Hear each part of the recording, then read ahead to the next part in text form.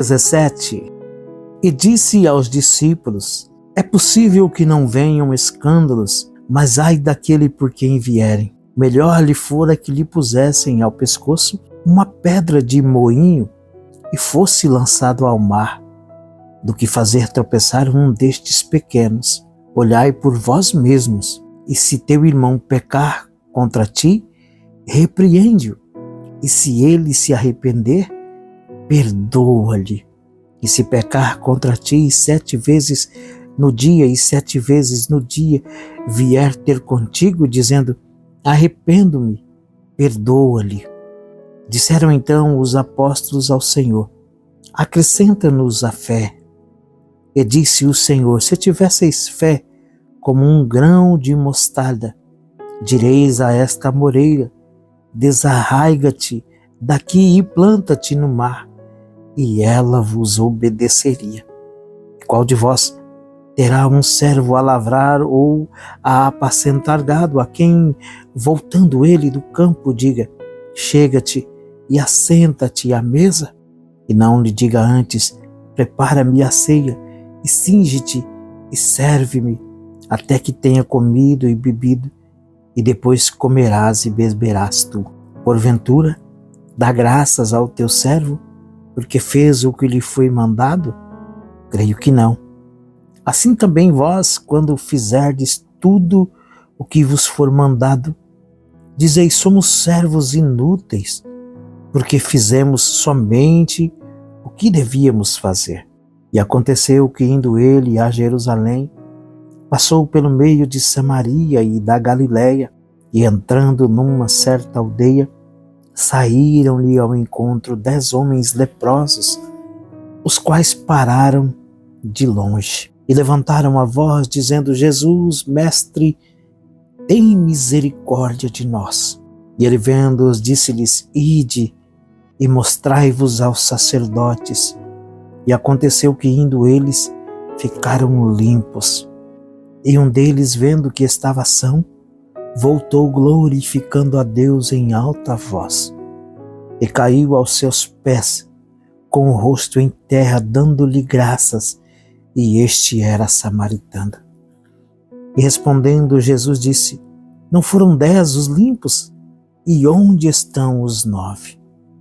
Não houve quem voltasse para dar glória a Deus, senão esse estrangeiro. E disse-lhe: levanta-te e vai, a tua fé te salvou.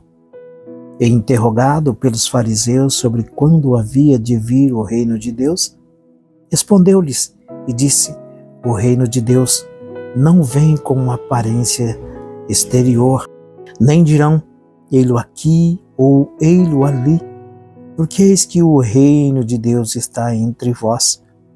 E disse aos discípulos: dias virão em que desejareis ver um dos dias do Filho do Homem e não o vereis. E dir-vos-ão: ei-lo aqui ou ei-lo ali. Não vades nem o sigais, porque como o relâmpago ilumina desde uma extremidade inferior do céu até a outra extremidade, assim será também o Filho do Homem no seu dia. Mas primeiro convém que ele padeça muito e seja reprovado por esta geração. E como aconteceu nos dias de Noé, assim será também nos dias do Filho do Homem. Comiam, bebiam, casavam e davam-se em casamento, até o dia em que Noé entrou na arca, e veio o dilúvio e consumiu a todos. Como também, da mesma maneira, aconteceu nos dias de Ló. Comiam, bebiam, compravam, vendiam, plantavam e edificavam. Mas no dia em que Ló saiu de Sodoma, choveu do céu fogo e enxofre, consumindo a todos. Assim será no dia em que o Filho do Homem se há de manifestar. Naquele dia, quem estiver no telhado tendo os seus utensílios em casa, não desça a tomá-los.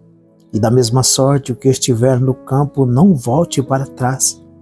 Lembrai-vos da mulher de Ló.